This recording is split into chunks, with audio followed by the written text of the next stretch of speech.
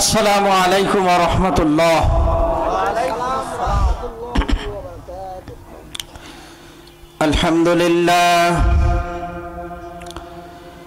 আলহামদুলিল্লাহ নাহমাদুহু ওয়া নাস্তাঈনুহু ওয়া নাস্তাগফিরুহু ওয়া নু'মিনু বিহি ওয়া নাতাওয়াক্কালু আলাইহি ونعوذ بالله من شرور أنفسنا ومن سيئات أعمالنا من يهد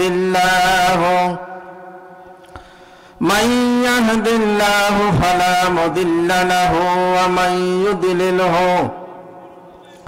ومن يضلله فلا هادي له وأشهد أن لا إله إلا الله وحده لا شريك له وأشهد أن محمدا عبده ورسوله أرسله بالحق بشيرا ونذيرا وداعيا إلى الله بإذنه وسراجا منيرا فقد قال الله تعالى في القرآن المجيد آية أعوذ بالله من الشيطان الرجيم بسم الله الرحمن الرحيم ما سلككم في سقر قالوا لم نك من المصلين ولم نك نطعم المسكين وكنا نخوض مع الخائضين وكنا نكذب بيوم الدين.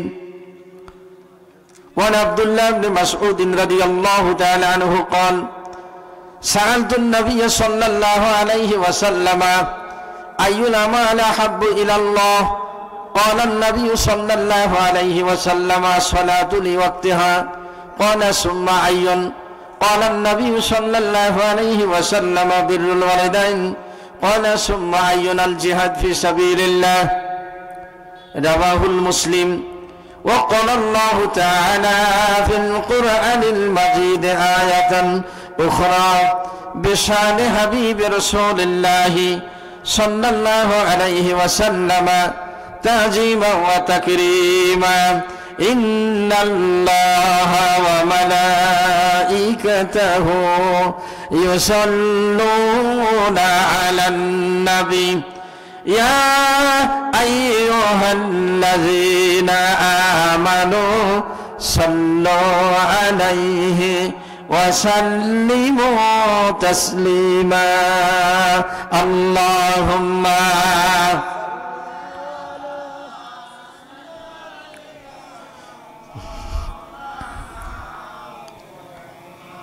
وعلى آل سيدنا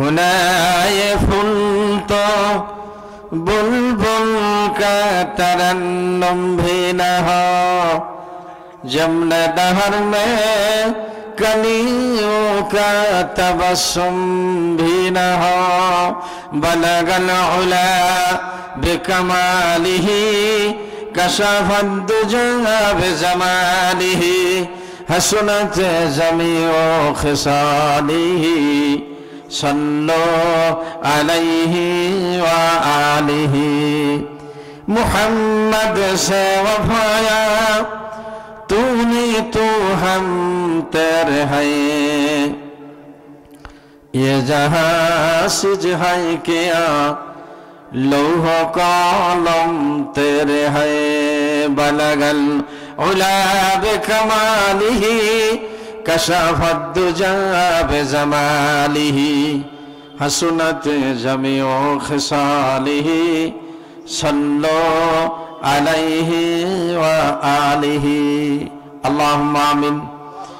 রব্বানা আতিনা ফিদ দুনিয়া হাসানাতাও ওয়া ফিল আখিরাতি হাসানাতাও ওয়া কিনা আযাবান নার। আই পরওয়ারদিগার, তোমার নক্ষত্র খচিত বিশাল আসমানের নিচে জমিনের উপরে কতিপয় গুনাহগার বান্দা এবং বান্দি তোমার শাহনশার দরবারে হাত উঠাইছি। আল্লাহ আমাদের প্রত্যেকের জিন্দেগীর সব গুনাহগুলো মাফ করে দিন। আল্লাহ এই মাহফিলে যারা বক্তা হিসাবে এসেছি, শ্রোতা হিসাবে এসেছি, আমাদের সবাইকে তুমি কবুল করে নিন। কাল কিয়ামতের কঠিন মুসিবতের দিনে, যেই দিন তোমার অনুগ্রহ ছাড়া আমাদের বাঁচার কোনো উপায় থাকবে না, আল্লাহ সেই দিন এই মাহফিলখানা আমাদের জন্য নাজাতের ওসিলা বানায়া দিন। আল্লাহ যে যুবক ভাইয়েরা এই মাহফিলখানার আয়োজন করলেন, কষ্ট করলেন, অর্থ দিলেন, শ্রম দিলেন, সহযোগিতা করলেন, আল্লাহ যে ভাইরা সহযোগিতা করেছেন, অর্থ দিয়েছেন, আল্লাহ সকলকে তুমি দোজাহানের কামিয়াবি দান করে দিন।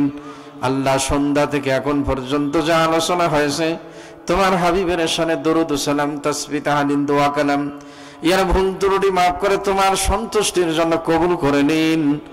অতঃপর ইয়ার যা সব দেবে তোমার আখিরি পয়গম্বর নূরে মুজাসসাম তৌহিদের কান্ডারি আমেনার নয়নমণি মুহাম্মাদুর রাসূলুল্লাহ সাল্লাল্লাহু আলাইহি ওয়াসাল্লামের রওজা পাকে ইয়ার হাদিয়া পৌঁছা দিন।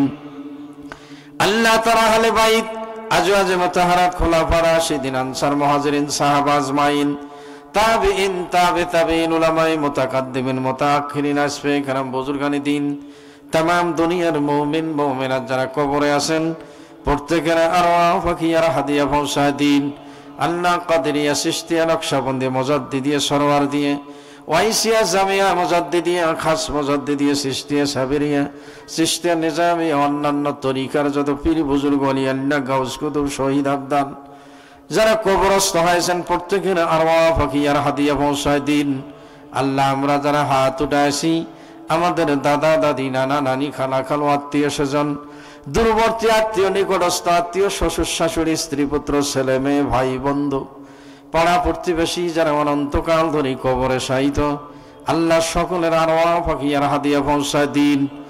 আল্লাহ মাইকের কণ্ঠস্বর যত দূর পর্যন্ত পৌঁছে গেছে, আল্লাহ যত কবরবাসী আছে প্রত্যেকের আরওয়াহ ফাকিয়ার হাদিয়া পৌঁছা দিন।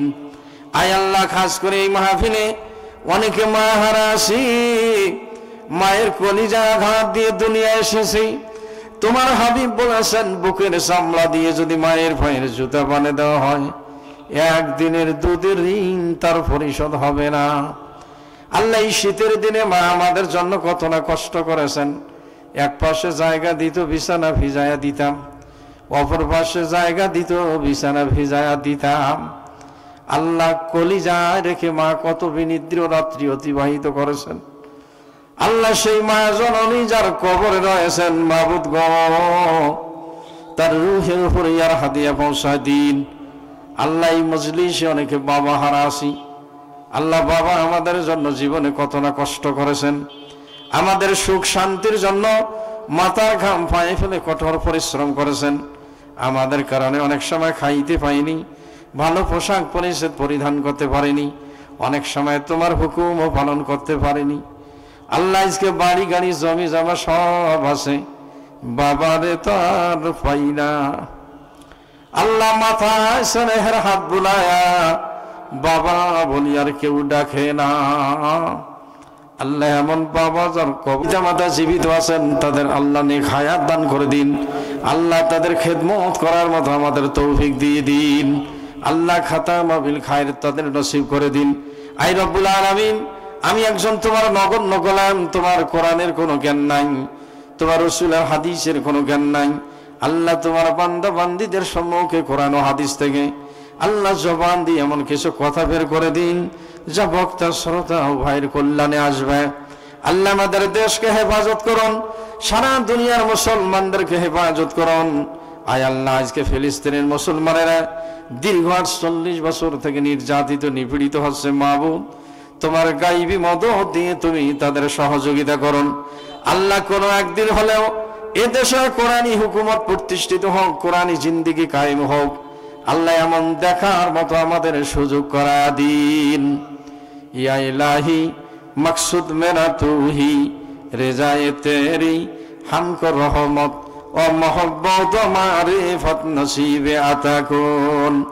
আমিন কালিমা তৈয়্যিবা লা ইলাহা ইল্লাল্লাহু মুহাম্মাদুর রাসূলুল্লাহ। জবান খুলে একটু পড়ি আর সামনের জায়গাগুলো আমার সঙ্গে জিকির করবেন, আমার সামনের জায়গাগুলো ভরাট করবেন। আমি একটু কষ্ট দিই আর পরে হয়তো কষ্ট দিব না, এই জন্য এখনই যাতে আর জায়গা নড়া না লাগে। লা ইলাহা ইল্লাল্লাহ, লা ইলাহা ইল্লাল্লাহ, লা ইলাহা ইল্লাল্লাহ, লা ইলাহা ইল্লাল্লাহ, লা ইলাহা ইল্লাল্লাহ, ইল্লাল্লাহ। এই কালিমার জপলে মালা দূর হবে তোর মনের জ্বালা। এই কালিমার জপলে মালা দূর হবে তোর মনের জ্বালা। এই কালিমার বান্ধবেলা কাজে লাগবে সন্ধ্যাবেলা। লা ইলাহা ইল্লাল্লাহ। হয় নাই এখনো তাড়াতাড়ি। লা ইলাহা ইল্লাল্লাহ, লা ইলাহা। পাখির গানে গানে হাওয়ার টানে টানে, পাখির গানে গানে হাওয়ার টানে টানে। ওই নামের সুর শোনা যায়, ওই নামের নূর দেখা যায়। হলা আপন হারা লা ইলাহা ইল্লাল্লাহ, ইল্লাল্লাহ, লা ইলাহা ইল্লাল্লাহ, লা ইলাহা, লা ইলাহা ইল্লাল্লাহ মুহাম্মাদুর রাসূলুল্লাহ। উপস্থিত আজকে এই পশ্চিম গানারপাড়া যুব সমাজের উদ্যোগে এই দ্বিতীয় বার্ষিক তাফসীরুল কোরআন মাহফিলের মুহতারাম সভাপতি, অত্র এলাকার বিশিষ্ট ব্যক্তিত্ব আলহাজ জনাব সহিমউদ্দিন অবসরপ্রাপ্ত ইঞ্জিনিয়ার সাহেব, বারাকাল্লাহু ফি হায়াতিহি দামাত বারকাতুহু। উপস্থিত আছেন আজকের এই মাহফিলের প্রধান আলোচক আলহাজ মুফতি মারুফ হাসান হাবিবি সাহেব মাদ্দাজিল্লাহুল আলী, বারাকাল্লাহু ফি হায়াতিহি। আরো উপস্থিত আছেন আজকের এই মাহফিলের প্রধান অতিথি, বিশেষ অতিথিবৃন্দ, আমন্ত্রিত অতিথিবৃন্দ এবং আমার পূর্বে আপনাদের এলাকার কৃতি সন্তান আলোচনা রেখে ধন্য রাখলেন হাফেজ কারি মাওলানা মুস্তাকিম বিল্লাহ হাবিবি এবং আমার স্নেহস্পর ছাত্র মাওলানা মুজাহিদুল ইসলাম সহ অন্যান্য উলামায়ে হযরত, পরিচালক মঞ্চে উপবিষ্ট আলেমে দ্বীন নাওয়ারাল্লাহু ফি সাদরিহিম বারাকাল্লাহু ফি হায়াতিহিম ইহদিকুমুল্লাহ। উপস্থিত আমার সামনে উপবিষ্ট বয়োজ্যেষ্ঠ পিতৃতুল্য মুরব্বী কেরাম, স্নেহের কচিকাঁচা বৃন্দ, পর্দার আড়ালের মা ও বোনেরা, সমবয়সী ভাই বন্ধু আমার, আমরা সর্বপ্রথম সে আল্লাহ রাব্বুল আলামিনের দরবারে কৃতজ্ঞতা জ্ঞাপন করি যে আল্লাহ রাব্বুল আলামিন এই কনকনে শীতের রজনীতেও অসংখ্য মানুষের মধ্য থেকে কতিপয় মানুষকে বেহেশতের বাগানে, নূরের দরিয়ায়, কোরআনের মাহফিলে আল্লাহ পাক আমাদেরকে বসার সুযোগ করে দিলেন। এর জন্য জবান খুলে সবাই একবার বলি আলহামদুলিল্লাহ। তার সঙ্গে আরো কৃতজ্ঞতা আদায় করি যে আল্লাহ রাব্বুল আলামিন 5ই আগস্ট বৈষম্য বিরোধী ছাত্র আন্দোলনের মাধ্যমে বাংলাদেশে আল্লাহ পাক আমাদেরকে উন্মুক্ত ময়দানে কোরআনের কথা বলার সুযোগ করে দিয়েছেন। যে তাফসীর মাহফিল করতে ওসির পারমিশন লাগতো, ডিসির পারমিশন লাগতো, স্থানীয় আওয়ামী লীগ নেতাদের পারমিশন লাগতো, তাদেরকে সভাপতি বসা লাগতো, অন্তত এই বিড়ম্বনা থেকে উন্মুক্ত ভাবে কথা বলার তাফসীর করার আল্লাহ পাক সুযোগ করে দিলেন। এর জন্য জবান খুলে আরেকবার বলে আলহামদুলিল্লাহ। দরুদ ও সালাম মানবতার মুক্তির দিশারি সাইয়্যিদুল মুরসালিন খাতামান নবীন নূরে মুজাসসাম মুহাম্মদুর রাসূলুল্লাহর প্রতি সবাই বলি সাল্লাল্লাহু আলাইহি ওয়াসাল্লাম। সম্মানিত উপস্থিতি, সুদূর ঢাকা থেকে মেহমান এসেছেন। আবার চট্টগ্রামের তিনি মুহতামিম ছিলেন, বিশিষ্ট আলেমে দ্বীন। আপনাদের বিশেষ আকর্ষণ তার জবানে আপনারা কথা শুনবেন। আমাদের আলোচনা অনেক শুনেছেন। এই যতটুকু সময় আপনাদের খালি বিরক্ত করা যায় কর্তৃপক্ষের যে নির্দেশনায়, আমার কথা বুঝতেছেন? আজকে অনেকে বলতেছে এত ঘন ঘন তাফসীর মাহফিল হলে মানুষ যায় কয়টে? কি কথা বলেন? আচ্ছা, ঘন ঘন যদি গান হইতো, জবান দিয়ে এই কথাগুলো বের হইতো, তাফসীর মাহফিল হলে কি গোনার কাজ হবে? আর মানুষ কম হোক তাতে কি কোনো সমস্যা আছে? সম্মানিত উপস্থিতি, এই 2010 সালে 20 মার্চ যে ফিরোজ কাফি মারা গেছে, এর দোকানে আমি একটা পেপার পড়ছিলাম, নয়া দিগন্ত। 20 মার্চ 2010 সাল এক ব্যক্তি একটা বড়শিতে মাছ ধরছিল। এই মাছটার ওজন ছিল 20 কেজি। একটা 20 কেজি বাজারে যদি মাছ ওঠে, এটার মূল্য কমপক্ষে না হলে 4000 টাকা। কি কথা বলেন? আবার বাজারে কিছু মাছ আছে, আবার দেখা যাবে এরকম আপনি 50 কেজি 4000 টাকা দিয়ে নেবেন না। কি কথা বলেন না কেন? এরকম আছে কি না? তাহলে আজকে যারা কোরআনের মাহফিলের সংখ্যায় যারা কম আছেন, তারপরে উপস্থিত হয়েছেন, আল্লাহর দরবারে আপনাদের মর্যাদা এর চেয়ে 1000 গুণ বেশি। আল্লাহ যারা ভালোবাসে সেই আল্লাহ পাক তাকে নেক কাজ করার সুযোগ দেয়। সংখ্যায় আমরা কম নই, অনেক মানুষ আপনারা সামনে জানা। আল্লাহ রাব্বুল আলামিনের বিশেষ অনুগ্রহ, এই যত সময় বসে থাকবেন আপনাদের নেকির ফল নাই উঠতেই থাকবে।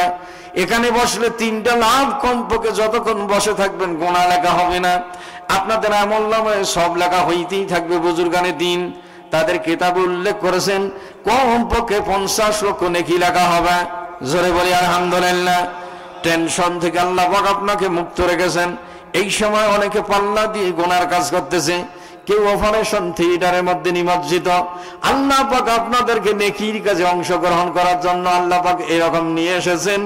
একবার যদি কেউ সুবহানাল্লাহ বলে, আল্লাহ রাসূল বলছেন সুবহানাল্লাহি ওয়াল হামদুলিল্লাহি তামলাউ মা বাইনাস সামাওয়াতি ওয়াল আরদি, কেউ যদি একবার সুবহানাল্লাহ আলহামদুলিল্লাহ বলে, আল্লাহ পাক ওই ব্যক্তির জন্য আসমান জমিনের শূন্যময় জায়গা নেকি দ্বারা পরিপূর্ণ করে দেয়। কারণে অকারণে কোরআনের মাহফিলে, তাফসীর মাহফিলে এরকম মানুষ কি করে? সুবহানাল্লাহ আলহামদুলিল্লাহ বলতেই থাকে। সম্মানিত উপস্থিতি, এর নামটা দেওয়া হয়েছে তাফসীর মাহফিল। তাফসীর করতে গেলে কমপক্ষে 18টা ইলমের প্রয়োজন। ইলার যোগ্যতাই আমার নাই। এ কোরআন আজকে এটা দেখতেছেন ছোট্ট একটা কিতাব, কিন্তু একটা জ্ঞানের মহাবিশাল সমুদ্র। এরকম 12,378 ফুট পানির নিচে যে বিজ্ঞানীরা টাইটানিক খুঁজে পেয়েছিল, যে টাইটানিক আবিষ্কার করার পর বিধ্বস্ত হয়েছিল, তারা বলছিল এই টাইটানিক জলে ডুববে না, কোন ঘূর্ণিঝড়ে বিধ্বস্ত হবে না। আল্লাহ পাক এটাকে বিধ্বস্ত করে দিয়েছিলেন। এরকম পাহাড়ে ধাক্কা লাগে, বরফের পাহাড়ে, এই বিধ্বস্ত হওয়ার পর বিজ্ঞানীরা এটাকে আবার খুঁজিয়ে পাইলেন। 12,378 ফুট পানির নিচে 1912 সালের 14 এপ্রিল যখন এই টাইটানিক তারা খুঁজে পেল, এই বিজ্ঞানীরা বলছিল যে আমরা এত গভীরে 12,378 ফুট পানির নিচে এমন একটা জাহাজকে খুঁজিয়ে পাইলাম, কিন্তু মুসলমানদের ছোট্ট একটা কিতাব, ধর্মীয় কিতাব আল কোরআন, এইটার তলা আমরা খুঁজিয়া পাই না। এটা সেই কিতাব আল্লাহ বলছেন আফালা ইয়াতাদাব্বারুনাল কুরআন ওয়ালাউ কানা মিন ইনদি গায়রিল্লাহি লাওয়াজাদু ফীহি ইখতিলাফান কাসীরা। আল্লাহ রাব্বুল আলামিন বলছেন তোমরা কেন কোরআন নিয়ে গবেষণা করো না, কেন চিন্তা করো না? তাফাক্কুর তাদাব্বুর আরবি শব্দ। কেন চিন্তা গবেষণা করো না?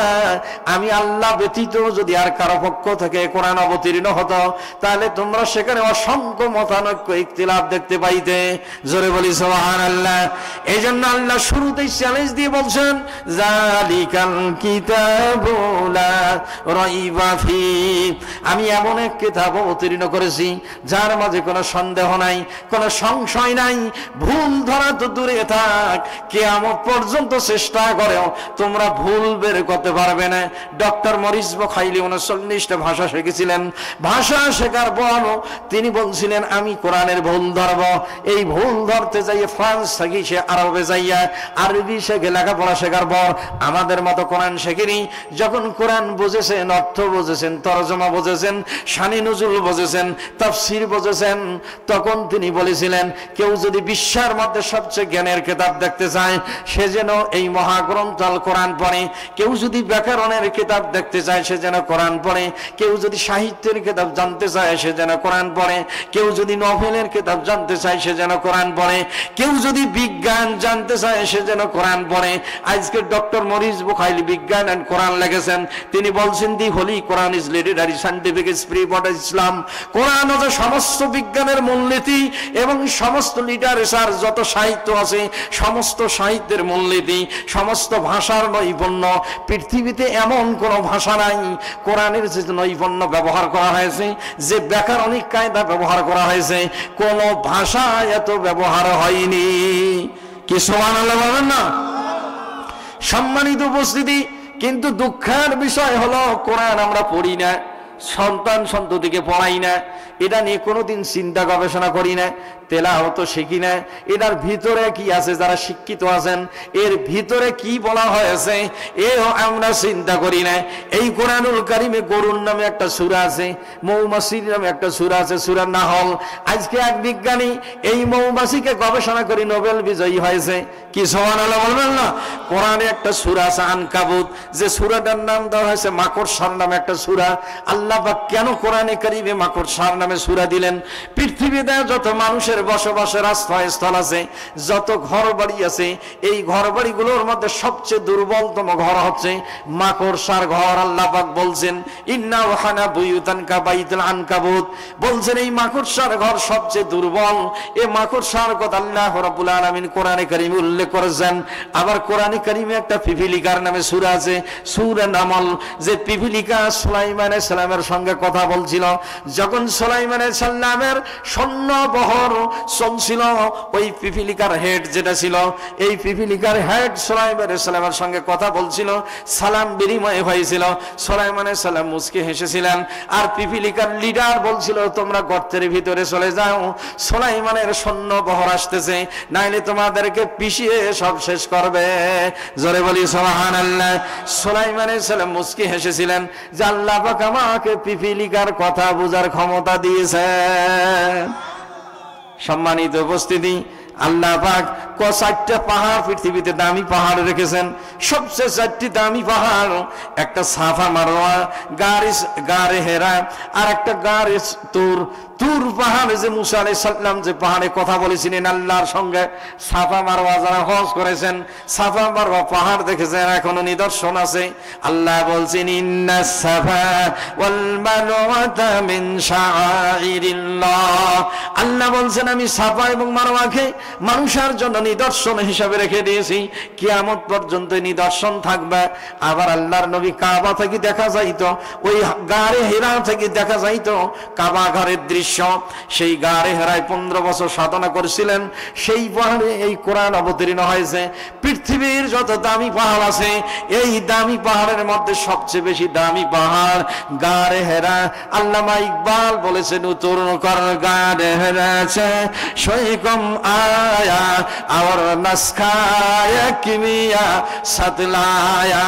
আল্লামা ইকবাল বলেছেন সেই বিশ্ব নবী আখিরি নবী মুহাম্মদুর রাসূলুল্লাহ গারে হেরা থেকে এমন এক পরশ পাথর নিয়ে এসেছেন, এই পরশ পাথর যার সঙ্গে স্পর্শ লাগে সেই সোনা হয়ে যায়। জোরে বলি সুবহানাল্লাহ। যেই ওমর রাদিয়াল্লাহু তাআলা আনহু এরকম এই তার বোনকে হত্যা করতে চেয়েছে, আল্লাহর নবীকে হত্যা করতে গিয়েছিলেন, তাকে হত্যা করার আগে তার বোনকে পিটাইছিলেন, তার ভগ্নিপতিকে পিটাইছিলেন বলে তোমরা কি পড়তেছিলে? তখন তারা বলছিল যে তুমি উজু করো, তুমি অপবিত্র, আমরা কোরআন পড়তেছিলাম, এ কোরআন তোমাকে স্পর্শ করতে দেওয়া যাবে না। সেই উমর ফারুক রাদিয়াল্লাহু তাআলা আনহু যখন সূরা তাহা পাঠ করলেন, এ তাহা একটা আয়াত আছে, মিনহা খালাকনাকুম ওয়া ফিহা নুঈদুকুম ওয়া মিনহা নুখরিজুকুম তারাতান উখরা। ওমর ফারুক রাদিয়াল্লাহু তাআলা আনহু এ সূরা তাহা পাঠ করে অ্যাস্টনিশ হয়ে গেলেন। আর এটা তো মানুষের কথা হইতে পারে না, মানুষের বানানো এটা এরকম পুস্তক হইতে পারে না। এই সূরা তাহা পাঠ করে তিনি কি করলেন, কোথায় তোমরা এসে আল্লাহর নবী যাকে আমি হত্যা করতে এসেছি সে কোথায় তোমরা দেখা দাও। ইকরামা রাদিয়াল্লাহু তাআলা আনহুর ঘরে আল্লাহর নবী দিনের দাওয়াত দিতেছিলেন, এমন সময় হাতে তরবারি, সবাই আশ্চর্যজনবিত হয়েছে আল্লাহর নবীকে কোথায় কতল করেন। কিন্তু আল্লাহর নবী আজওয়াদুন নাস, সবচেয়ে বীর পুরুষ ছিলেন। জোরে বলি সুবহানাল্লাহ। 27টি যুদ্ধে নিজে সেনাপতি ছিলেন আল্লাহর রাসূল। আল্লাহর নবী সাহাবা আজমাইনকে বললেন তোমরা ওমরকে আসতে দাও, আমার কাছে আসতে দাও। যেই ওমর রাদিয়াল্লাহু তাআলা আনহু আল্লাহর নবীর কাছে গেছেন, তরবারি রাসূলের পায়ের নিচে দিয়া এ কালিমা বললেন, লা ইলাহা ইল্লাল্লাহু মুহাম্মাদুর রাসূলুল্লাহ। এই কালিমা পড়ে তিনি ইসলাম গ্রহণ করলেন। যিনি আল্লাহর নবীকে মারতে গেলেন, এ কোরআন পড়ে তিনি কি হয়েছেন এবং আবার তিনি ইসলাম গ্রহণ করেছেন। পৃথিবীতে 4টা দামি সৃষ্টি আল্লাহ রাব্বুল আলামিনের, সবচেয়ে দামি সৃষ্টি আরশ কুরসি লৌহ কলম, এর মধ্যে সবচেয়ে দামি সৃষ্টি হচ্ছে লাউহে মাহফুজ। কি সুবহানাল্লাহ বলবেন না? কেন লাউহে মাহফুজ দামি? আল্লাহ বলছেন বাল হুয়া কুরআনুম মাজিদ ফি লাউহিম মাহফুজ।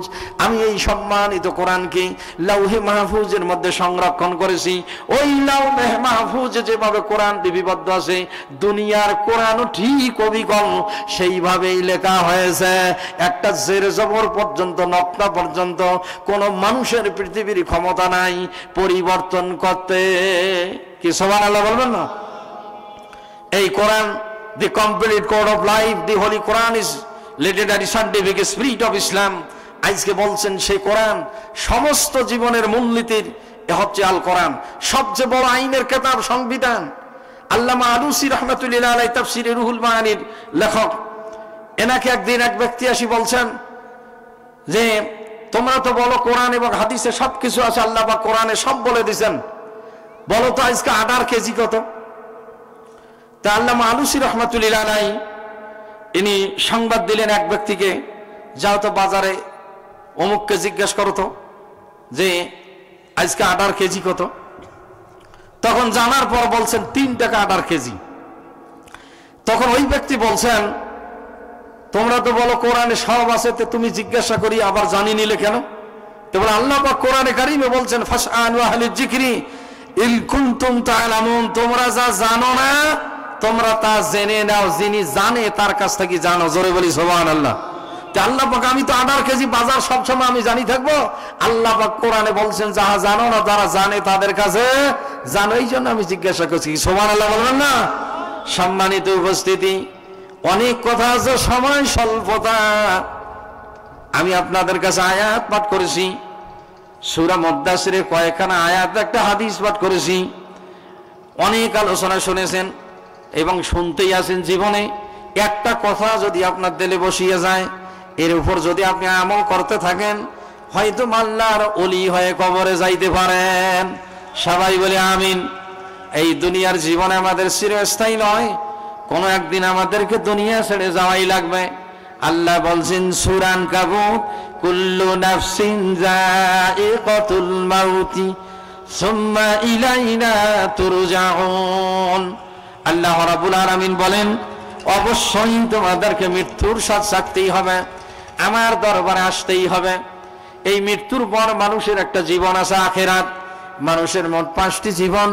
1 নম্বরে আমরা ছিলাম রূহের জগতে, আলমে আরওয়াহ। এই রূহের জগতে আল্লাহ পাক জিজ্ঞাসাবাদ করেছিলেন, আলাস্তু বিরব্বিকুম, আমি কি তোমাদের রব নই, পালনকর্তা নই, প্রতিপালক নই? সমস্ত মানুষগুলো জবাব দিয়েছিল, ক্বালু বালা, হ্যাঁ আপনি আমাদের রব। সেই দিন আমরা রূহের জগতে স্বীকৃতি দিছিলাম। এই রূহের জগৎ থেকে মানুষ আসে আলমে ইরহাম, মাতৃ জগতে, মাতৃগর্ভে আসে। এই মায়ের গর্ভ থেকে আমরা দুনিয়ায় এসি, আবার আলমের দুনিয়া।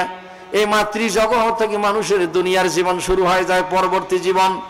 এই দুনিয়ার জীবন যেই দিন থেকে শেষ হয়ে যাবে, আর একটা জীবন আছে আলমে বরজক। এই আলমে বরজককে বলা হয় কবরের জীবন। কেউ 5000 বছর, কেউ 50 বছর, কেউ এরকম 1 লক্ষ বছর সেই কবরের মধ্যে থাকবে, অনন্তকাল করে কবরে থাকবে। সেই যে ব্যক্তিটাও যিনি ইন্তেকাল করবেন, তিনি 40 বছর কবরে থাকার স্বাদ আস্বাদন করবেন। এভাবে মানুষ কি করবে? কবরের জগতে এসে যাবেই, কবরের জগতে যাবে। এরপরে হচ্ছে আলমে আখেরা। এরপর একটা মানুষের শেষ জীবন আছে, পরকালীন জীবন। এই জীবনের পর আর কোনো জীবন নাই। আল্লাহ বলছেন, ফারিকুম ফিল জান্নাতে ওয়া ফারিকুম ফিস সাঈর। সেই দিন মানুষ, একদল মানুষ হবে জান্নাতি, আর একদল মানুষ হবে জাহান্নামী। এই জাহান্নামে কেন যারা যাবে, জান্নাতে কি কাজ করলে মানুষ যাবে, এটা আল্লাহ রাব্বুল আলামিন অগ্রিম জানায়া দিয়েছেন। মানুষ কেন জাহান্নামে যাবে, আপনি চাহে বিশ্বাস করুন, চাহে বিশ্বাস না করুন, মান মাতা ফাকাত কিয়ামত। আল্লাহর নবী বলছেন, যেই ব্যক্তি মৃত্যুবরণ করে, এ মৃত্যুর পরেই তার কিয়ামত শুরু হয়ে যায়। মৃত্যুর পরেই তার জান্নাত এবং জাহান্নাম সে অনুধাবন করতে পারে, সে বুঝতে পারে। বিল গুদুই ওয়াল আসান, আল্লাহ রাসূল বলছেন, সকাল এবং সন্ধ্যা তার নির্দিষ্ট আবাসস্থল দেখানো হয়। সে জান্নাতি হবে না জাহান্নামী হবে, এই দেখানো হয়। আল্লাহ রাসূল বলছেন, এরপরে প্রত্যেক দিন সে তার নির্দিষ্ট আবাসস্থল জানতে পারে। মৃত্যুর পরে সে অনুধাবন করতে পারে, বুঝতে পারে। আল্লাহ রাসূল বলছেন, মানুষ কেন জাহান্নামে যাবে? এরকম আজকে যেমন টেলিফোনে কথা হয়, মোবাইলে কথা হয়, এরকম ইন্টারনেটে কথা হয়, একজন আর একজনের ছবি দেখে। আল্লাহর নবী বলছেন, জান্নাতি এবং জাহান্নামী মানুষগুলো এরকম 30,000 বছর রাস্তার দূরত্ব হবে, তারপরেও তারা একে অপরের সঙ্গে কথা বলতে পারবে। ইয়াতাসাআলুনা আনিল মুজরিমিন, জান্নাতি মানুষগুলো জাহান্নামী মানুষদের সঙ্গে পরস্পর কথাবার্তা বলবে, বলবে, মা সালাকাকুম ফি সাকার, ও জাহান্নামীরা, আজকে কেন তোমরা জাহান্নামে আসলে? আমরা তো জান্নাতে অবস্থান করতেছি, আল্লাহর দেওয়া ওয়াদা আমরা প্রতিশ্রুতি তা আমরা পেয়েছি, তোমরা কেন আজকে জাহান্নামে আসলে? ওই জাহান্নামী মানুষগুলো বলবে, ক্বালু লাম নাকু মিনাল মুসাল্লিন, তারা বলবে, আমরা দুনিয়ায় নামাজ পড়তাম না, আমরা নামাজই ছিলাম না। জোরে বলি নাউজুবিল্লাহ। আজকে চাহে নামাজ পড়েন আর চাহে না পড়েন, দুনিয়ায় যদি আল্লাহর সেজদা না দেন, সেই দিন আপনি কিয়ামতের দিন সেজদা দিতে পারবেন না। আল্লাহ বলবেন, ওয়াসজুদু ওয়ারকাউ, তোমরা আজকে রুকু করো, সেজদা করো। যদি জমিনে মস্তক জীবনে না লাগান, সেই দিন আপনি সেজদা করার ক্ষমতা থাকবে না। এই নামাজ না পড়ার কারণে তারা জবাব দেবে, আমরা নামাজই ছিলাম না, নামাজ নিয়ে আমরা উপহাস করেছি, ইনকার করেছি। নামাজ পড়ে কে বড় লোক হলো, নামাজ পড়ে কে তালেবার হলো, এরকম উপহাসমূলক কথা বললে ঈমান থাকে না। নামাজ যদি না পড়েন তাহলে আপনি কাফের হয়ে যাবেন না, কিন্তু নামাজ নিয়ে যদি আপনি উপহাস করেন, তাচ্ছিল্য করেন, টিটকারি করেন, তাহলে আপনি কাফের হয়ে যাবেন। জোরে বলি নাউজুবিল্লাহ। ঈমান থাকবে না। 10টি কারণে নাওয়াকিসুল ঈমান আকাঈদ আন-নাসাফি, ফাজেল ক্লাসে পড়া হয় আকাঈদ আল ইসলামিয়া। আমি এক সময় পড়াইছি ওই কিতাব, এখন অন্য সাবজেক্ট নাই। ওখানে বলা হয়েছে 10টি কারণে মানুষের ঈমান নষ্ট হয়ে যায়, ঈমান হরণ হয়ে যায়। আপনার ঈমান নষ্ট হয়ে যাবে কি কারণে, আপনাকে সেটাও বুঝতে হবে। ধর্মীয় কৃষ্টি কালচার, মুসলমানদের ধর্মীয় বিষয় নিয়ে যদি আপনি তুচ্ছ তাচ্ছিল্য করেন, তাহলে ঈমান থাকবেন, আপনি কাফের হয়ে যাবেন। জোরে বলি নাউজুবিল্লাহ। এইরকম শুধু নামাজে নয়, জিহাদ ফরজ। আপনি যদি জিহাদকে অস্বীকার অস্বীকার করেন তাহলে আপনি জিহাদ না করেন, কিন্তু অস্বীকার করলে আপনি কাফের হয়ে যাবেন। এরকম রোজা ফরজ, রোজাকে যদি কয় কিসের রোজা রাখে, এত উপোস থাকতে পারবো না, আপনার ঈমান থাকবে না। নামাজ ফরজ, আপনি নামাজ না পড়েন, কিন্তু নামাজ নিয়ে যদি তাচ্ছিল্য করেন, অনেকে বলে ইবলিস সারা দুনিয়ায় সেজদা দিয়ে নাফাক বানায়া দিছে, 6 লক্ষ বছর ইবাদত করেছে, এমন কোন জায়গা নাই সেখানে সেজদা দেওয়ার জায়গা নাই, এই জন্য আমি নামাজেই পড়ি না। জোরে বলি নাউজুবিল্লাহ। আবার একদল বলে কিসের নামাজ, কোথায় কারে সেজদা দিব যেই আল্লাহরে দেখা যায় না। জোরে বলি নাউজুবিল্লাহ। আল্লাহকে না দেখিয়ে বিশ্বাস করার নাম হচ্ছে ঈমান, না দেখিয়ে সেজদা করার নাম হচ্ছে ঈমান। এর আসল ইবাদত নামাজের অনেক গুরুত্ব ফজিলতের কথা আছে। নামাজি ব্যক্তি যদি কোনো পাপের কারণে জাহান্নামী হয়ে যায়, নামাজ পড়ার কারণে 17টা কারণে মানুষ জাহান্নামী হবে, নামাজ পড়ার পরও জাহান্নামে যাবে। যদি অন্য কোনো পাপের কারণে আপনি জাহান্নামী হন, আল্লাহ রাসূল বলেছেন লা ইয়াদখুলুল জান্নাতা দায়ুসুন, দায়ুস কখনো বেহেশতে যাবে না। যে স্ত্রীদের এরকম পর্দার ব্যবস্থা করে না, নির্বিঘ্নে পরপুরুষের যাই কাছে যাইতে কোনো বাধা বিপত্তি আপত্তি করে না, লা ইয়াদখুলুল জান্নাতা কত্তাতুন, আল্লাহর নবী বলছেন হিংসুক কখনো বেহেশতে যাবে না। লা ইয়াদখুলুল জান্নাতা নামীমুন, সকলখোর বেহেশতে যাবে না। আবার আল্লাহর রাসূল বলছেন লা ইয়াদখুলুল জান্নাতা হাদিসুন, হিংসুক বেহেশতে যাবে না। এরকম ভাবে 17 শ্রেণীর ব্যক্তির কথা বলছেন। লা ইয়াদখুলুল জান্নাতা জাসাদুন গুজিয়া বিল হারাম, যে হারাম মাল খাইয়া স্বাস্থ্য উৎপাদিত হয়, এই ব্যক্তি জান্নাতে যাবে না। এভাবে 17 শ্রেণীর ব্যক্তি নামাজ পড়ার পর জান্নাতে যাবে না। কিন্তু আপনি নামাজ যদি না পড়েন, উপহাস করেন, এই ব্যক্তি জাহান্নামী হবে। জোরে বলি নাউজুবিল্লাহ। এটা আমার কথা না, এটা আল্লাহ রাব্বুল আলামিনের কথা। আজকে নামাজের ওয়াজ দিয়ে অনেক সময় তাসিরি হয় না, কিন্তু ইসলামী হুকুমত যদি প্রতিষ্ঠিত হয় তাহলে আপনাকে নামাজ ওয়াজ করা লাগবে না। একদিনের চকিদারের পিটন হতো, অন্তত বিনা উজুতেও নামাজে যাবে। কি কথা বুঝেছেন?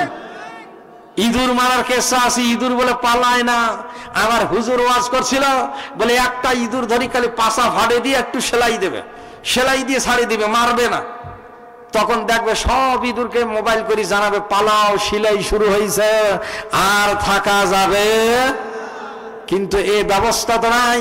আজকে আমাদের এজন্য এরকম অগ্রগামী হইতে হবে। আজকে আপনারা এই দেশে এরকম বাপের শাসন দেখেছেন, বেডির শাসন দেখেছেন, স্বামীর শাসন দেখেছেন, স্ত্রীর শাসন দেখেছেন, সেনাবাহিনীর শাসন দেখেছেন, ফকফকা করা শাসন দেখেছেন। কি বোঝেন? ফখরুদ্দিন গোটা বাংলার হাট বাজার ভাঙ্গি সব একাকার করছিল। কি কথা বলেন? দেখছেন কিনা? আরেকবার আল্লাহ ওয়ালাদের শাসন দেখতে চাই। কি কথা বলেন? নারায়ে তাকবীর, আল কোরআনের আলো, আল হাদিসের আলো। আপনারা সব শাসন দেখেছেন। আজকে উঁচা টুপি, দোলা টুপি, নরম টুপি, এরকম শক্ত টুপি, কানিয়া টুপি, পাগড়িওয়ালা টুপি, পাগড়িবিহীন টুপি, আজকে 5 কল্লি টুপি, 6 কল্লি টুপি, সরমনের টুপি, তাবলীগের টুপি, সব এক হয়ে আল্লাহর দ্বীন প্রতিষ্ঠার জন্য নামাজ কায়েম। এত ওয়াজ করে লাগবে না, একদিনে সংসদে পাশ হলে ইনশাআল্লাহ 95% মুসলমানের দেশে অবশ্যই নামাজ প্রতিষ্ঠিত হবে। কি কথা বলেন? আল্লাহ বলছেন ওয়াল্লাযীনা মাক্কান্নাহুম ফিল আরদি আকামুস সালাতা ওয়া আতুজ যাকাতা ওয়া আমারু বিল মারুফি ওয়া নাহাউনা আনিল মুনকার। আল্লাহ রাব্বুল আলামিন বলছেন তুমি যদি রাষ্ট্রীয় ক্ষমতা হাতে পাও, 4টি কাজ বাস্তবায়ন করবে। 1 নম্বর নামাজ কায়েমের ব্যবস্থা করবে। এটা রাষ্ট্রীয়ভাবে ব্যবস্থা হবে, কে নামাজে গেল আর কে গেল না। 2 নম্বর যাকাত আদায়ের ব্যবস্থা করবে। আজকে নামাজ অনেকে পড়ে, যাকাত ফরজ বোঝেই না, ওশর ফরজ বোঝে না। আল্লাহ বলছেন ওয়া আতু হাক্কাহু ইয়াওমা হাসাদিহি, যখনই ফসল কর্তন করবে তুমি ওশর দিয়ে দেবে, যাকাত দিয়ে দেবে, ফসলের যাকাত দিয়ে দেবে। এটার জ্ঞানী অনেকে নাই। এরপরে আমরু বিল মারুফ নাহি আনিল মুনকার মুনকার, সৎ কাজের আদেশ দিবে, অসৎ কাজ থেকে বারণ করবে। আজকে সৎ কাজের আদেশ শুধু আমরা দেই, এটাকে আদেশ বলা হয় না। আদেশ বলা হয় বালাগাতের পরিভাষায়, আমর বলা হয় নিজেকে সম্মানিত এবং বড় মনে করি। কেউ যদি কোনো কাজ না করে তাকে শাস্তি দেওয়ার যদি ক্ষমতা থাকে, আপনাদেরকে শাস্তি নামাজ না পড়লে দেওয়ার আমার অধিকার আছে? কোন চেয়ারম্যান মেম্বার শাস্তি দিতে পারবে? একবার সংসদে আইন পাশ হলে তখন আর এরকম বলা লাগবে না, ওয়াজ করা লাগবে না, শাস্তি প্রয়োগ হবে। ইমাম আজম আবু হানিফা রাহমাতুল্লাহ আলাইহি বলছেন, ইচ্ছাকৃত কেউ যদি এক ওয়াক্ত নামাজ ছেড়ে দেয় কমপক্ষে তার 6 মাস জেল হবে। ওই জেলখানায় পাক্কা নামাজি সাজিয়ে বের হয়ে যাবে। কি সুবহানাল্লাহ বলেন। এই জন্য আল্লাহওয়ালা এ কোরআন ওয়ালাদের সংসদে যাওয়ার প্রয়োজন আছে। বেয়ারে হাজিরিন, নামাজ যেরকম ফরজ, আকিমুস সালাত, আল্লাহ বলছেন আকিমুদ্দিন, এভাবে তোমরা দ্বীনকে কায়েম করো। আজ আপনি তাবলীগ হন, চরমনাই হন, যেই হন, জামাত হন, ইসলামী দল হন, নিজাম ইসলামী হন, আজকে আপনি খেলাফত আন্দোলন হন, খেলাফত মজলিস হন, আল্লাহ বলছেন ওয়াতাসিমু বিহাবলিল্লাহ, তোমরা আল্লাহর রজ্জুকে, আল্লাহর দ্বীনকে সম্মিলিতভাবে আঁকড়িয়ে ধরো। কিন্তু আজকে এই ভেদাভেদের কারণে আমাদের কোনো ঐক্য নাই। মুসলমানদের ঐক্য করাইতে হবে। যারা লিডারশিপ আছে, নেতৃত্ব দায়িত্বে আছে, এ মিশন কিন্তু চলছে, কিন্তু কারো একটা দলের দেখা যাচ্ছে জেলা লিডারে নাই, তারাই আবার কয় আমরা ঐক্য করতে রাজি। বোঝেন, কথা বোঝেন। আলাকিলু তাকফিবুল ইশারা, সময় নাই। সম্মানিত হাজিরিন, কথা বলার সময় নেই, তাতে তো অনেক স্লিপ। এখন একটু দরুদ পড়েন, আল্লাহুম্মা। জানতো পড়ে এখানে কিছু নিন, গরম পড়ে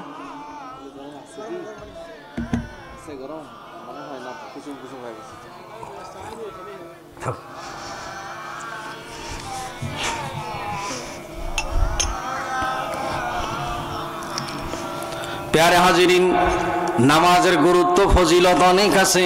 এই বিষয়ের উপর আলোচনা করলেই আরো 2-1 ঘন্টা কোনো বক্তা আলোচনা করে শেষ করতে পারবে না। এই জন্য নামাজি হওয়া লাগবে। রাষ্ট্রীয় আইন চাহে থাকুক চাহে না থাকুক, নামাজ পড়া লাগবে। কি রাজি আছেন? আচ্ছা, যারা জীবনে পড়েন নাই তারাও একটু হাত তুলে দেখান তো। লিল্লাহে তাকবীর। আল্লাহ আজকে থাকি প্রত্যেকে নামাজ পড়ার জন্য প্রস্তুত আছি। আল্লাহ তুমি কবুল করো, সবাই বলে আমিন। 2 নম্বর আল্লাহ বলছেন ওয়া কুন্না ওয়া ক্বালু লাম নাকু নুতঈমুল মিসকিন। আল্লাহ রাব্বুল আলামিন বলছেন তারা কেন জাহান্নামে যাবে? আমি মিসকিনদেরকে বলবো আমরা মিসকিনদেরকে, অনাহারীদেরকে খাদ্য দেই নাই। আল্লাহ পাক অনেকে অর্থ সম্পদ দিছে, জীবন দিতে রাজি, টাকা দিতে রাজি কি আছে কিনা? নামাজ পড়ে জাকাত দেয় না, হজ করছে জাকাত দেয় না, কারণ নাম বলছি না। জীবনে একবার হজ ফরজ, প্রত্যেক বছরে আপনার জাকাত ফরজ, প্রত্যেক কাজে আপনার কি প্রত্যেক এরকম মৌসুমের সময় 26 মণ যদি ফসল উৎপাদিত হয়, সমস্ত মুহাদ্দিস ইকরাম ইমামে আজমের থিওরি অনুপাতে এই ফসলের আপনাকে ওসর দিতে হবে। 26 মণের কম হলে আমাদের মাযহাবে লাগবে না। 26 মণের কম হলে ধান উৎপাদিত হলে এরপরে ওসর দেওয়া লাগবে না, তার অতিরিক্ত হলে দিতেই হবে।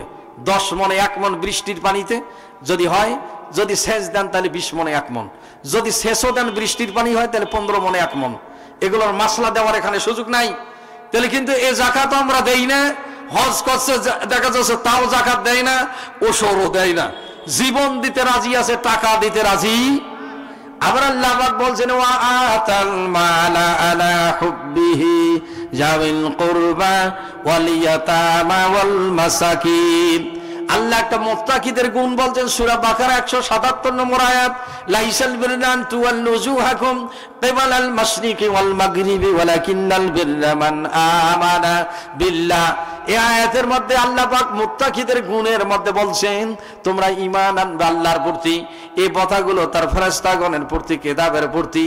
এরপরে বলছেন ঈমানদার মুত্তাকিদের বৈশিষ্ট্য হবে ওয়া আতাল মালা আলা হুব্বিহি, আল্লাহর ভালোবাসায়, আল্লাহর সন্তুষ্টিতে কি করবে? তাদের ধন সম্পদ আল্লাহর রাস্তায় ব্যয় করবে। কি সুবহানাল্লাহ বলবেন না? সম্পদ কি আল্লাহ সকলকে দেয়? দেখেন এই শুকরিহাটে একদিন ব্যক্তি বলছে, এক ব্যক্তি 4 বার শুকরিহাট গেইলাম আর আসলাম, মানে 4 বার যাওয়া হিসেবে বোঝেন খরচ করবেন হয়। ব্যবসাতে 4 বার আলছে, অনেক পুঁজি ধরে আবার ফিরে গেছে, কারণ আমি বলছি না 4 বার আসে যায়। আবার কেউ শুনছি 5 টাকা তহবিল নিয়ে আসছে, 5 টাকা দিয়ে ব্যবসা শুরু করছে, এখন সে কোটিপতি। কি আছে কি নাই? নাম কইলে তো অনেকে আর চিনবেন, কাই কি ব্যবসা করছিল। আবার দেখা যাচ্ছে চাকরি সবার নসিবে হয় না। কি হয় নাকি? অনেক সার্টিফিকেট আছে, এরকম ভাইবা দিতে দিতে শেষ, এজে শেষ। তাহলে এই জন্য এগুলো আল্লাহ পাক যারে দেন তারই হয়। সম্পদ আল্লাহ রাব্বুল আলামিন সকলকে দেয় না। রেডি? সম্পদ যদি আপনি সদ্ব্যবহার না করেন, এই জন্য আপনাকে প্রস্তুত থাকতে হবে আপনার আল্লাহর ভালোবাসায়। যে জায়গায় যে অর্থের প্রয়োজন, সেই জায়গায় সে অর্থ যে ব্যক্তি ব্যয় করে, একে একটা মুত্তাকির ব্যক্তি বলা হয়, আল্লাহওয়ালা ব্যক্তি। এই মুত্তাকিকে আল্লাহ রাব্বুল আলামিন বলছেন, আল্লাহু ইউহিব্বুল মুত্তাকিন, আমি মুত্তাকি খোদাভীরু বান্দাকে ভালোবাসি। জোরে বলি সুবহানাল্লাহ। 11 শ্রেণীর মানুষকে কোরআনে পাকে আল্লাহ পাক বলছেন, 11 শ্রেণীর মানুষকে আমি আল্লাহ ভালোবাসি। তার মধ্যে একজন মুত্তাকি। এই মুত্তাকির একটা গুণ হচ্ছে, যে জায়গায় যেখানে যে অর্থের প্রয়োজন, তার সাধ্য মোতাবেক সেই জায়গায় সে অর্থ ব্যয় করে। আপনার যতটুকু সামর্থ্য আছে। এখন অনেকে আমাদের এখন ঘন ঘন তাফসীর মাহফিল হচ্ছে, গ্রামে 2-1টা করি। এখন হাট বাজারে অনেকে নাক সিটকে নিতে থাকা যাচ্ছে না, কয় দিতে দিতে কাম সারা। কয় টাকা যারা বেশি চিল্লাচিল্লি করে দেখবেন ওরা কম দেয়। কি কথা বলছেন? কয় এদের জ্বালাতে আর থাকা যাচ্ছে না, দেন তার 10টা করে আইসে। আর 10টা যদি আইসে, আপনি সর্বোচ্চ 10 টাকা দিলেন, 100 টাকা দিচ্ছেন। আরে আপনি যদি 10,000 টাকা বিক্রি করেন বা 5,000 টাকা বিক্রি করেন, 100 টাকা দেওয়া কোনো ব্যাপার? একটা ভ্যান চালক যদি সারাদিন কামাই করে এরকম 500 টাকা, সে যদি 20 টাকা দান করে, তার সংসার অচল হয়ে যাবে। তাহলে এরকম হাট বাজারে গেইলে খালি কয় এত ওয়াজ এত তাফসীর শোনেই কি আর কত টাকা দেই, হায় হায়, মনে হয় দিতে দিতে সে ফকির হয়ে গেছে আবু বকরের মতো। আবু বকর সিদ্দিক রাদিয়াল্লাহু তাআলা আনহু সব দিছিল, এই সব দিয়ে উজাড় হয়ে গেছে, এখন আর কিছু নাই দেওয়ার মতো। কি ভাষা ভাব এরকম যেন বোঝা যায়, এটা কি মুমিনের পরিচয় হয়? সম্মানিত উপস্থিতি, এই তাফসীর মাহফিল প্রত্যেক গ্রামে গ্রামে কেন বাড়ি বাড়ি হোক, কি তাতে ক্ষতি আছে? আরে বাড়িতে আপনার স্ত্রী তাফসীর শোনান, ছেলে মেয়েদেরকে সাত্বিক শোনান। আপনি যদি ইসলামী দল করেন, পারিবারিক বৈঠক করতে হবে। আপনার ছেলে মেয়ে নামাজ পড়ে কিনা, কয় ওয়াক্ত নামাজ জামাতে পড়লেন, কয় ওয়াক্ত একাকী পড়লেন, ব্যক্তিগত রিপোর্ট রাখতে হয়। এমনি ইসলামী দলের কর্মী হওয়া এত সহজ নয়। কি কথা বোঝেন আপনি? তাহলে বাড়ি বাড়ি ওয়াজের প্রয়োজন আছে কিনা? তে আপনি ভালো কাজ করতে গেলে টাকা লাগে, হজ করতে গেলে টাকা লাগে না? কি এমনি হয়? দান করতে গেলেও টাকা লাগে, ওমরা করতে গেলেও টাকা লাগে। একটা যদি বন্ধুকে 1 কাপ চা খিলেন তাও টাকা লাগে। ভালো কাজেও টাকা লাগে। এই জন্য কোন এক জ্ঞানী ব্যক্তি বলছেন, money is the second god. কিন্তু এটা মানা যাবে না, জোরে বলি নাউজুবিল্লাহ। টাকা দ্বিতীয় পূর্ব, আমরা এটা মানি না। এটা খ্রিস্টানদের কথা, মুসলিমদের কথা। কিন্তু হাইরে অর্থ, একটা গল্প পড়েছি, হাইরে অর্থ, পাতকি অর্থ, তুই জগতের অনর্থের মূল। এই টাকা নিয়ে মারামারি, ভাই ভাই খুনাখুনি, স্বামী স্ত্রী মনে না। এই টাকা ছাড়া রাজাই চেনে না, প্রজাই চেনে না, স্বামী স্ত্রীর ভালোবাসা মেলে না, সন্তানের ভালোবাসা মেলে না, প্রজার ভালোবাসা মেলে না, বন্ধুত্ব থাকে না। টাকা ছাড়া কিছুই। তে তাফসীর মাহফিল করতে টাকা লাগে না? এলে খরচ লাগে না? এ দেওয়ার জন্য রাজি আছেন? একটু হাত তুলি দেখান তো। আল্লাহু আকবার। এখন যা যা আছেন পকেটে ভাববেন, আমি আল্লাহর রাস্তে 100 টাকা আগে দিলাম। কে কালেক্টর আছেন নামি যান আল্লাহর রাস্তে। যদি না দেন কিয়ামতের দিন দায়ী থাকবেন। যতটুকু আছে আসেন, আল্লাহ তোমার বান্দারা যে উদ্দেশ্যে কর, আমার 100 টাকা নিয়ে যাও। আল্লাহ তোমার বান্দারা যে উদ্দেশ্যে করছে দান, আল্লাহ তুমি মেহেরবান কবুল করো দাতার দান। দোয়া কাস্তাম বদরগাহি ইলাহি, হায়াতে দৌলতে ইলমে দারাজি, মুসাফির হাম ইয়া সব হয়, কবর হয় ফির ঠিকানা, কোই আগে রওয়ানা হয়, কোই পেছে রওয়ানা। সম্মানিত উপস্থিতি, আমি বলি নাই পকেট উজাড় করে দিবেন। সামর্থ্য মোতাবেক আল্লাহর রাস্তায় সহযোগিতা করবেন। যতটুকু আপনার সামর্থ্য আছে এই সামর্থ্য মোতাবেক দান করবেন। আল্লাহর রাসূল বলছেন, আস-সাদকাতু তুরাদ্দুল বালা। মা বোনদের কাছে মহিলা লোক লাগায় দেন। ছোট বাচ্চা দিতে পারেন পুরুষদের, নাবালেগ ছেলে, আর না হলে মেয়েদের দ্বারা ওখানে কালেকশন করাবেন।